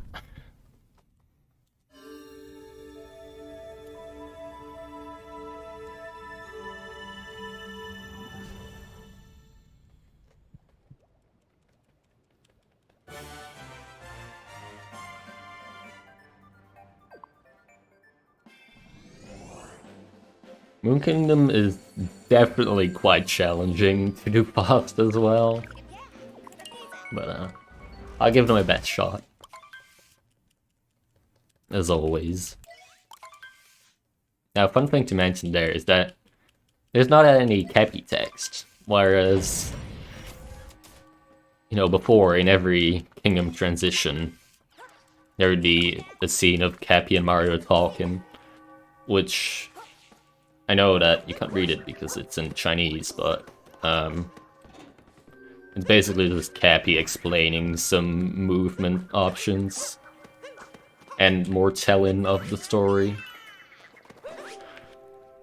But yeah, this is kind of our final destination in the story part, where Bowser and Peach are finally going to marry, or well, Bowser's finally forcing Peach to marry him. I feel like that's the more on-point description.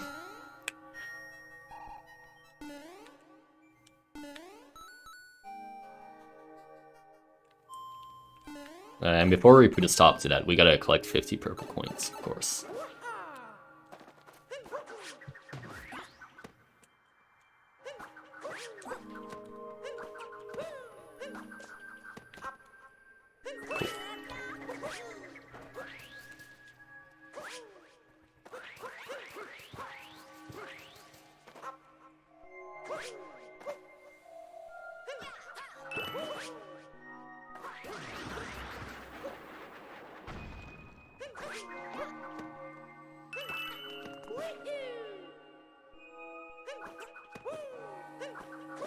Also, if you have seen any percent speedruns before, you will know that there's this thing called Moon Cave Skip, where we skip the entirety of the inside of the Moon Cave. However, which is basically just like a final challenge before getting to Bowser. It's pretty epic. It's got some banging music, like right here. However, we still need to go through part of this because there's purple coins. Who could have guessed? Ow.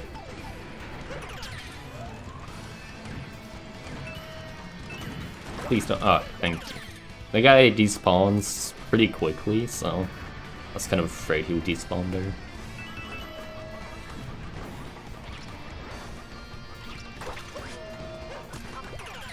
I am going to die. Oops. Please don't die.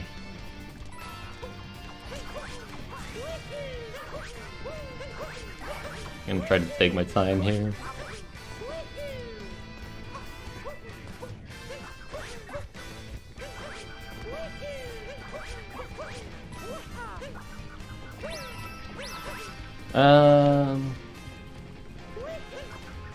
It's not really my usual strat, but it's safe strats.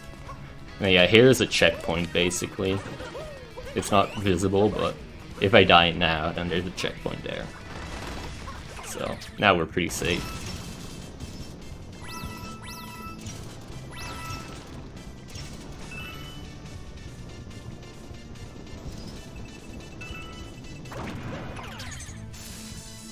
Also, this is one of the only parts where we actually get to see charging chucks, which I think is a really underused capture.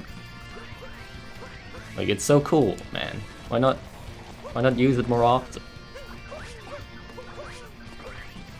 And basically at the end of the moon cave there, you get to fight Madame Brood again, but yeah, that's kind of slow, so let's just not.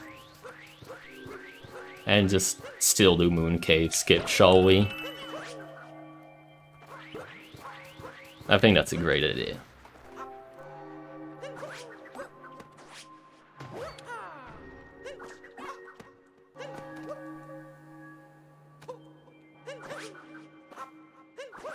I will go ahead and grab the checkpoint to regain some health.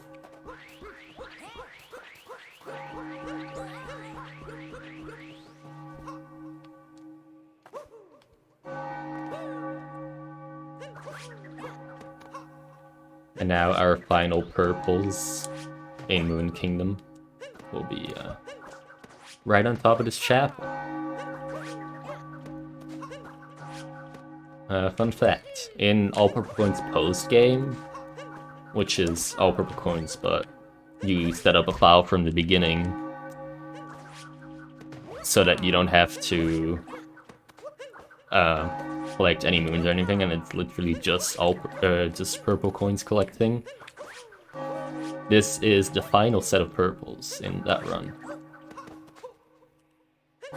Okay, cool, I actually grabbed all of those. I was not expecting that.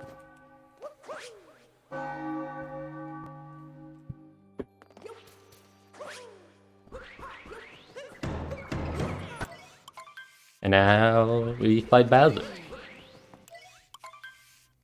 You can see I was trying to put the ring onto Peach there. And now it's time to punch him once again.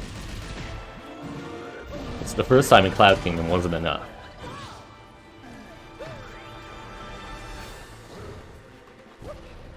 Except now that there you got this extra phase in the middle where he spews some fire, and really, the fire isn't much of a threat. It may look like a lot of fire. Also, apparently, that doesn't work.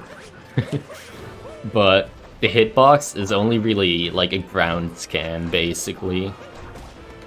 So I'll try to show it off, but you can literally just roll over the fire with the tiny bit of height that rolling gives you.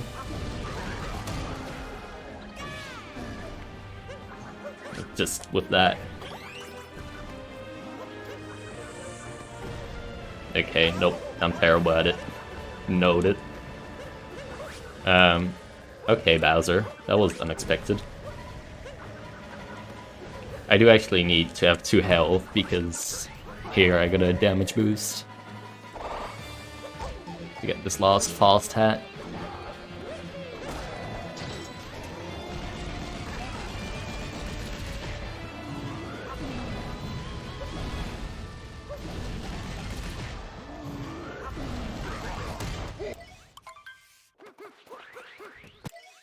And now Bowser is dead.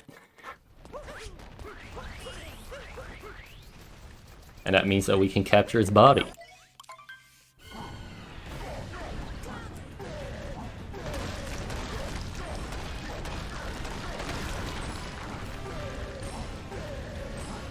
Yeah, this is, you know, a pretty epic point.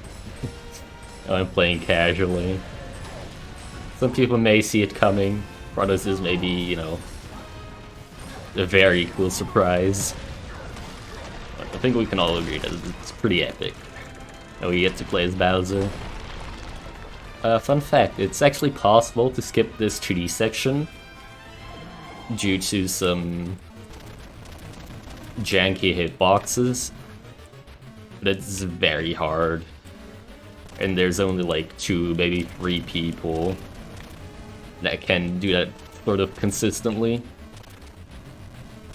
And I am not one of them. I've never done it before, so not even gonna try. I'm sorry.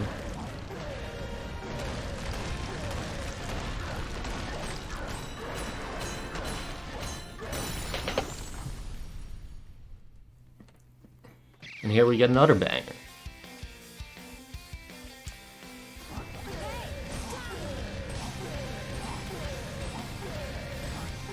That may work. It did not work. You need to shoot these pillars 5 times each. That may work. It didn't work. So we tried to snipe the first pillar, but these fireballs sometimes go in very random positions, sometimes get eaten by some falling rocks. There's plenty of stuff that can happen here. But sometimes aim is just bad. That's also an option, of course. Yeah, this is not time yet, because we got some post-game stuff to attend to.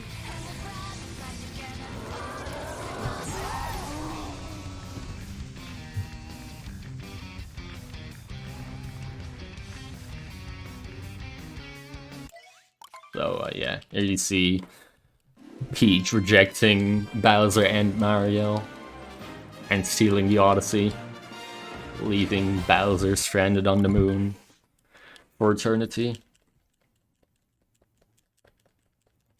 But yeah, now there's just a minute of cutscenes, so before we get to Mushroom Kingdom, so if you have any donations, this is a perfect time.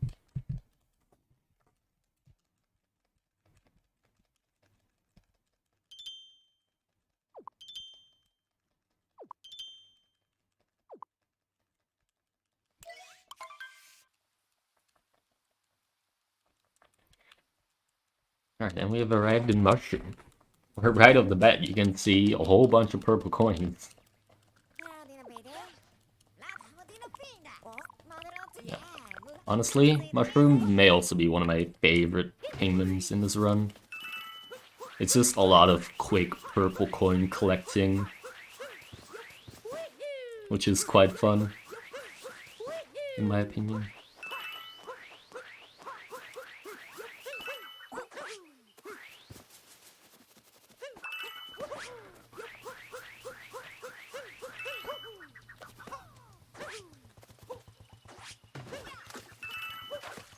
Yeah, there's not really a lot of tricks here. It's just trying to get good movement, really. I've been playing this game for like 3 years at this point, and I still don't understand why Nintendo made these walls not wall jumpable 50% of the time. That's not what I was going to say at first, but it works too. Yeah. I think I've gotten pretty okay at this game's movement, and it's really satisfying to, you know, do things fast.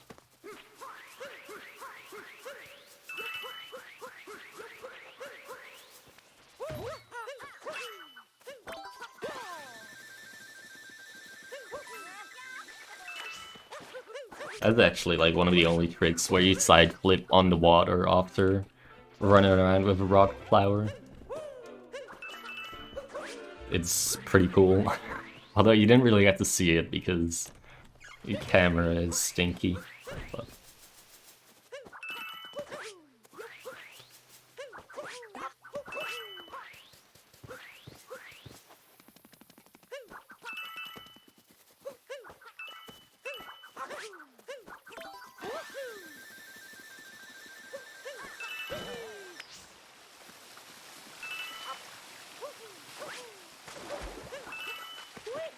yeah, once again, our good friend Dory, which we also get to see in Lake and Seaside, blessing us with some more purples instead of a moon this time.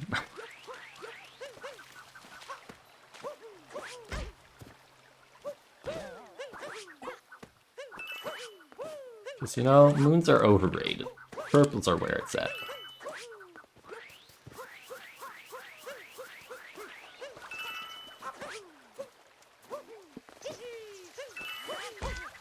Speaking of which, that's all of them.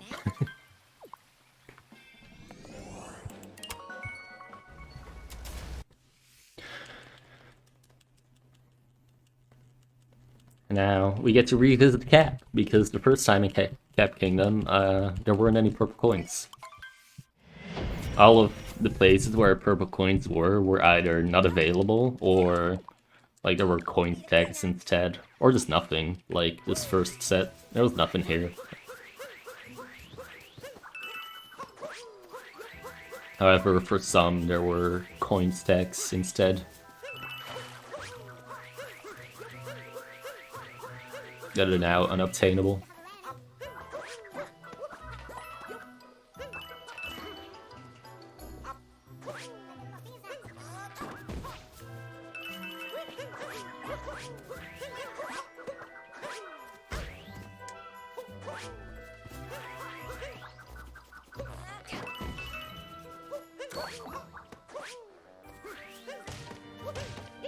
Like, right here, there used to be 45 coins. And there's still coins. Until you hit the moon rock, then there's a moon there.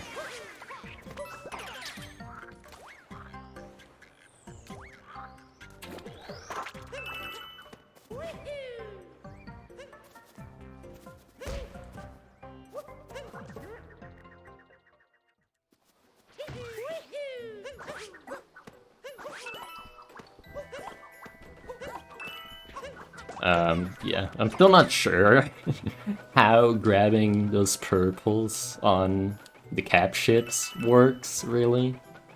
Sometimes you just happen to get all of them, and sometimes you don't. It's quite odd.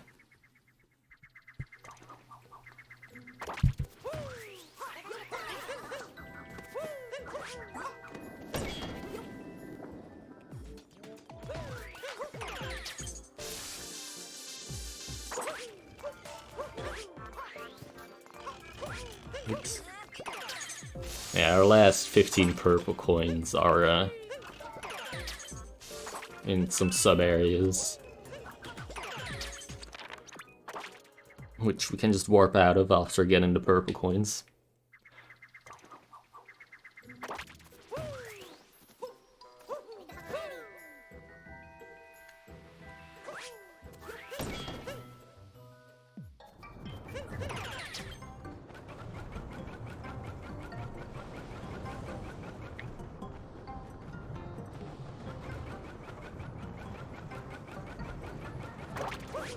Also, time ends as soon as I collect my last purple coin. So, the last ones are all in here.